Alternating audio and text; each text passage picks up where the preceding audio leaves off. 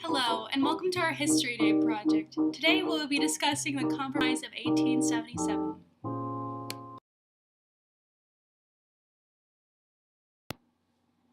So, the previous president, Ulysses S. Grant, was a very pro-Northern president. He was very reformative in the South when it came to finishing the abolishment of slavery. This would only make the most Southern whites irritated, hence why they voted so Democrat in the election of 1876.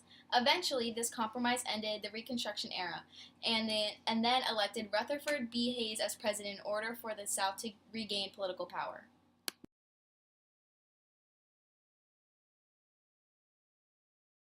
The election of 1876 was one of the most debated elections throughout the course of American history to this date. Rutherford B. Hayes and Samuel J. Tilden were two of the running mates during this election. Hayes had won the election by a popular vote of 184 to 165, but there had been a dispute over a total of 20 votes that had not been accounted for at all. These votes were found to be coming from three different states: Florida, Louisiana, and South Carolina. Many speculators believed that there was a legal deal that was made in order to favor Hayes in the election. In order to cope with this debate, it was found that the Compromise of 1877 was set into action.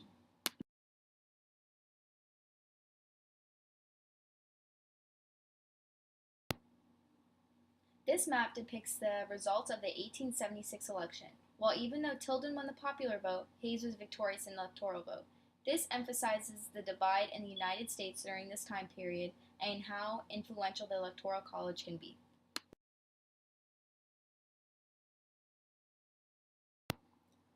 With the Compromise of 1877, Union troops had been removed.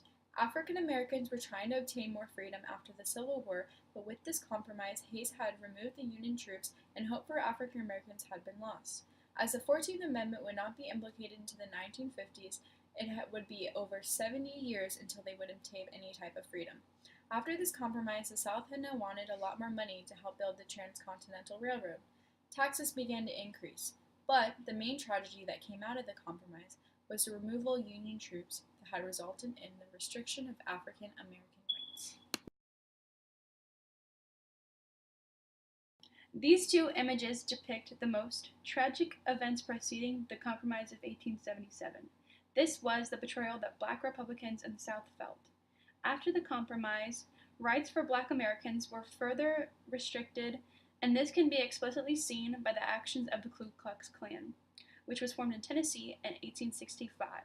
In Kansas alone, there were over 2,000 murders in relation to the election of 1867, and it wasn't until 1882 that the Supreme Court labeled the KKK as an unconstitutional group.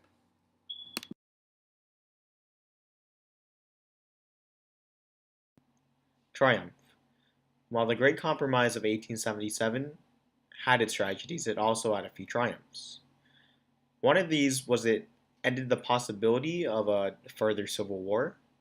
This is because the people in the South were very unhappy with the military control that the Republican Party had on the South.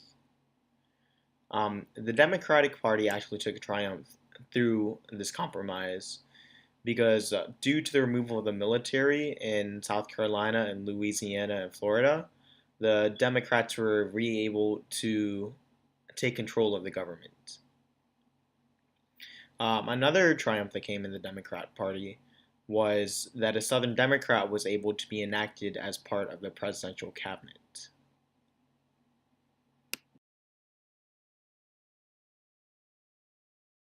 There were a few things that had to happen in order for Hayes to become president. These include the following. Troops were to withdraw from the South.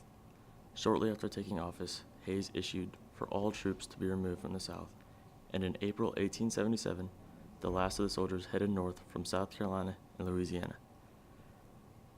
Hayes had to appoint a Southern Democrat to his cabinet, and finally, the South had to receive money for a railroad. Although the South demanded money and land for a railroad to the Pacific, Hayes did not come through with this promise. This resulted in the South continuing to create and pass laws that limited the rights of African Americans.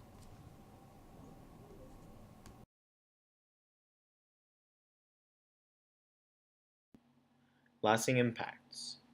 After the compromise was made and troops were withdrawn from the southern states, this immediately paused the Reconstruction era. This led to most every southern state becoming Democrat for years to come, which in turn postponed the rights that African Americans desperately wanted and deserved. A century later, the legacy of Reconstruction would be revived during the civil rights movement of the 1960s, as African Americans fought for the political, economic, and social equality that had long been denied them.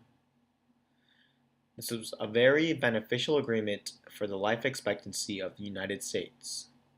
It showed that both sides of a country could agree on one thing and come together as one.